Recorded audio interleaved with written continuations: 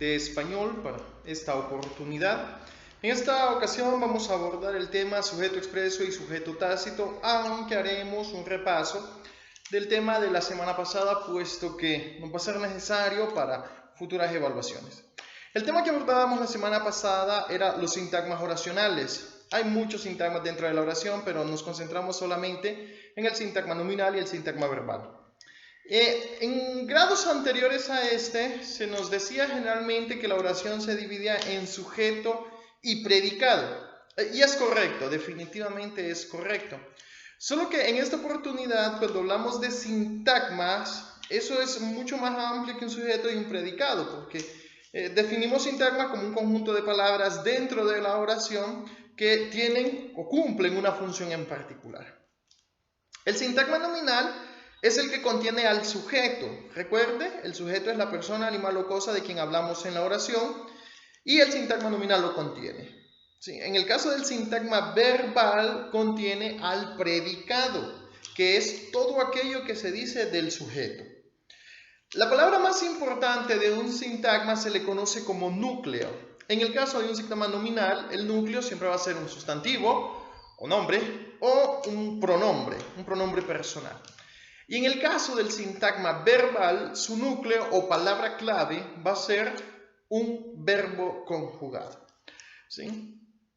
Vamos a hacer unos ejemplos. Ojo, esto solamente es repaso, puesto que vamos a necesitar esto para futuras evaluaciones. Tenemos acá entonces la primera oración: mi mamá es enojada. En el sintagma nominal hacemos la pregunta: ¿de quién estamos hablando en esta oración? De mi mamá. ¿Qué estamos diciendo de mi mamá? Que es enojada. Entonces, mi mamá cumple la función de sintagma nominal y es enojada es el sintagma verbal. ¿Cuáles son los núcleos o palabras claves de cada uno de estos sintagmas? En este caso, note que aunque aquí tenemos dos palabras, la palabra más importante en un sintagma nominal va a ser un sustantivo o nombre. En este caso, la palabra mamá es un nombre que hace alusión a una persona. En el caso del sintagma verbal, su núcleo siempre será un verbo conjugado. El verbo en esta oportunidad es este, del verbo ser. Si usted lo conjuga, yo soy, tú eres, él es. Así que es viene a servirnos como núcleo del sintagma verbal. Ahora, noten la segunda oración, ¿sí?, que es un poco más amplia. La maestra de español aplicó un examen.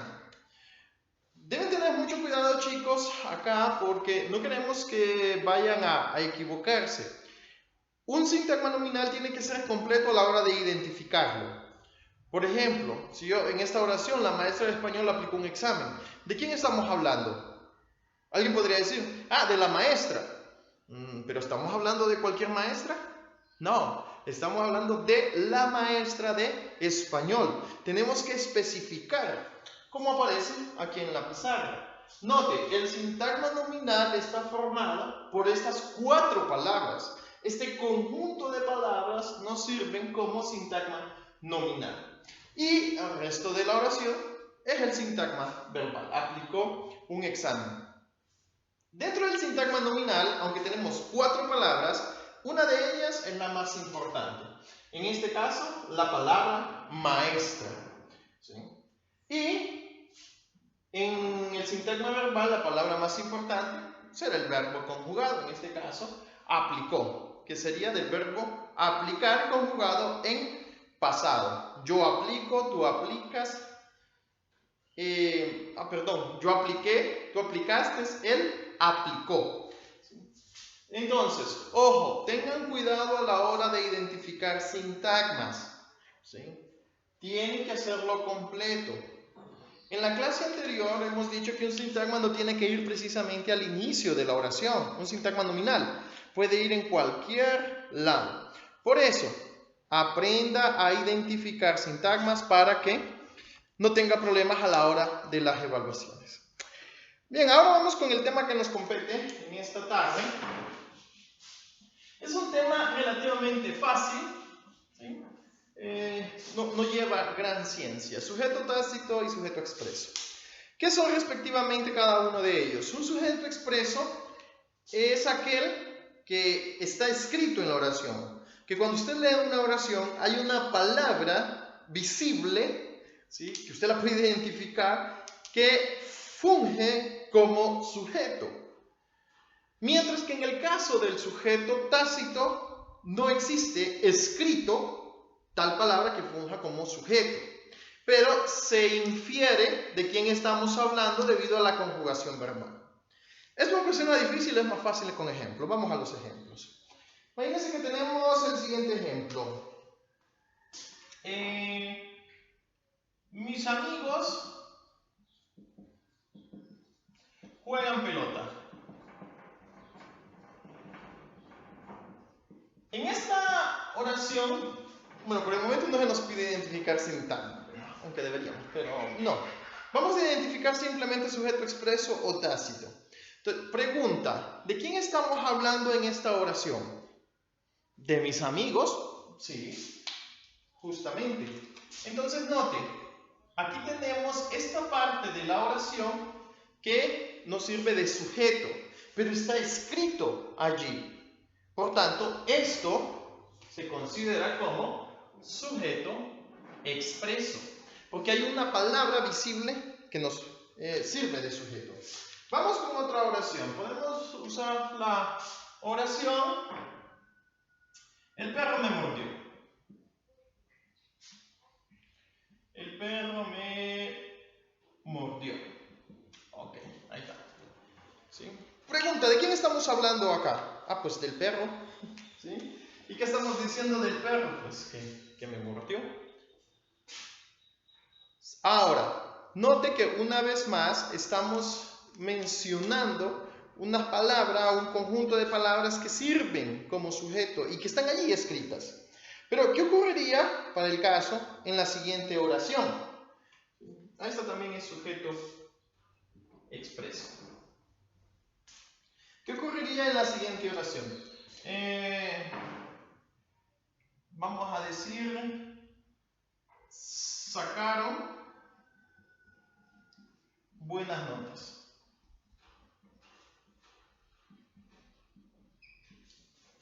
Sacaron buenas notas. Ahora, note que es curioso. No estamos ahí explicando específicamente de quién estamos hablando. Pero si a usted le preguntan, en esta oración, sacaron buenas notas, ¿de quién estamos hablando? ¿Sí? Bueno, usted podría decir, tenemos dos opciones debido a la conjugación verbal. Podríamos decir que se trata de ustedes sacaron buenas notas, o ellos sacaron buenas notas. ¿Sí? Más adelante, cuando veamos el tema del verbo, vamos a explicar por qué el usted y ustedes no se considera una persona gramatical, pero por el momento lo vamos a manejar como tal. Sacaron buenas notas. ¿Quiénes? Bueno, vamos a asignarle el ellos. Ellos sacaron buenas notas. ¿Sí? Pero si se fija, este es el punto. No hay una palabra dentro de la oración, eso es adicional, eso es agregado. No hay una palabra dentro de la oración que nos sirva de sujeto. No podemos marcar a nadie. Pero entendemos que hablamos de ellos por la conjugación verbal. ¿Sí? Del verbo sacar en pasado. Yo saco, tú sacas, él saca, nosotros sacamos, ellos, perdón, en pasado. Yo saqué, tú sacaste, él sacó, nosotros sacamos, ellos sacaron. Ellos sacaron buenas notas, ¿no? Ahora, ¿lo ven? Aunque no hay una palabra escrita que nos sirva como sujeto, entendemos que estamos hablando de ellos. Vamos con otro ejemplo. Tienes bonitos ojos. Bien, en esta oración, tienes bonitos ojos. ¿De quién estamos hablando? Ah, pues de ti. Pero note, para que sea esto un ejemplo de sujeto expreso, aquí debería empezar esta oración con la palabra tú. Tú tienes bonitos ojos, pero no está escrita, no va allí. ¿Significa entonces que no hay sujeto? Sí hay sujeto, pero es implícito, es tácito, se sobreentiende debido a la conjugación verbal. Así que, sin necesidad de escribir el sujeto aquí, nosotros entendemos que estamos hablando de la segunda persona del singular. En este caso, del tú, que sería la palabra que completa la oración, ¿no? Tú tienes bonitos ojos. Y estos dos ejemplos son ejemplos de sujeto tácito. Ambos. Así que recapitulando, sujeto expreso es cuando tenemos dentro de la oración una palabra que hace la función de sujeto y es identificable. Usted lo ve, ¿sí? Mientras que un sujeto tácito es aquel que no aparece escrito en la oración, sino que simplemente se infiere debido a la conjugación verbal. Es necesario que entiendan esto, puesto que la tarea para esta semana es hacer 10 oraciones de sujeto expreso y 10 oraciones de sujeto tácito. Si aún después de esta explicación todavía tienen algunas dudas, por favor, chicos, escríbanme o me llaman y yo despejaré cualquier duda. ¿Sí? Estamos a la orden.